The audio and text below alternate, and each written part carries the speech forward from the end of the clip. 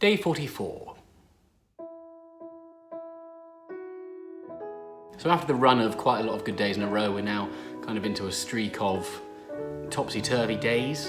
And the majority of the time things are fine and positive, but there are just these massive drops into the darkness that just come out of nowhere.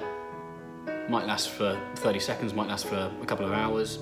I think due to the nature of happy and sad being relative to one another, you can't have happiness if there isn't such a thing as sadness, and the kind of perception of feeling good is relative to the perception of feeling bad. So where I've been for the last few days probably would have been like a good day 6 months ago. It would have felt like I was having a positive day and not really struggling, whereas now, because I'm almost starting to get used to having better days, it feels like I'm having a really bad day. And I do have to try and remember that in about September, October last year, when it really started to fall apart and things started to be really bad, I have to try and remember the depth that that was when I'm trying to feel whether things are positive or negative and relate my emotional state to something that I feel either at ease with or something that I need to try and resolve.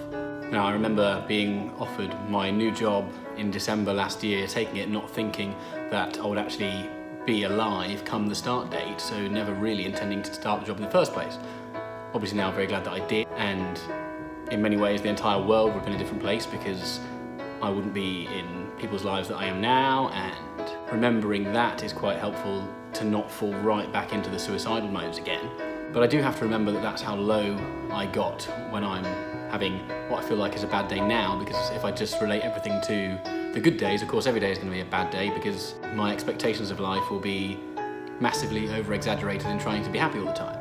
Which also brings up the difficulty of trying to identify which parts of my emotional states are illness related and which parts are just standard human responses to things and organic and general things that are just part of being alive. Because I've lived in that darkness for as long as I can actively remember, so I haven't necessarily built up reference points for, oh, this is just a bad day and it will pass. And typically over the years, whenever I have been trapped in a slightly negative time and wanting to improve stuff, I've generally changed the outside of my appearance. Anyone from a few years ago will remember that I shaved my head at one point. I'll grow a beard, I'll shave a beard, and look quite drastically different on the outside. I suppose it's almost like a kickstart of trying to get something to change on the inside. And in all fairness, to a degree that has worked in the short term whenever I've been trapped in little places. And maybe that's just one of my kind of releases, is just changing how I look slightly. But as far as this evening goes, I bought a couple of beers home and I'm going to sit with my dad and watch the Champions League semi-final, which will be nice to spend some time together. So share, subscribe, and I'll see you tomorrow.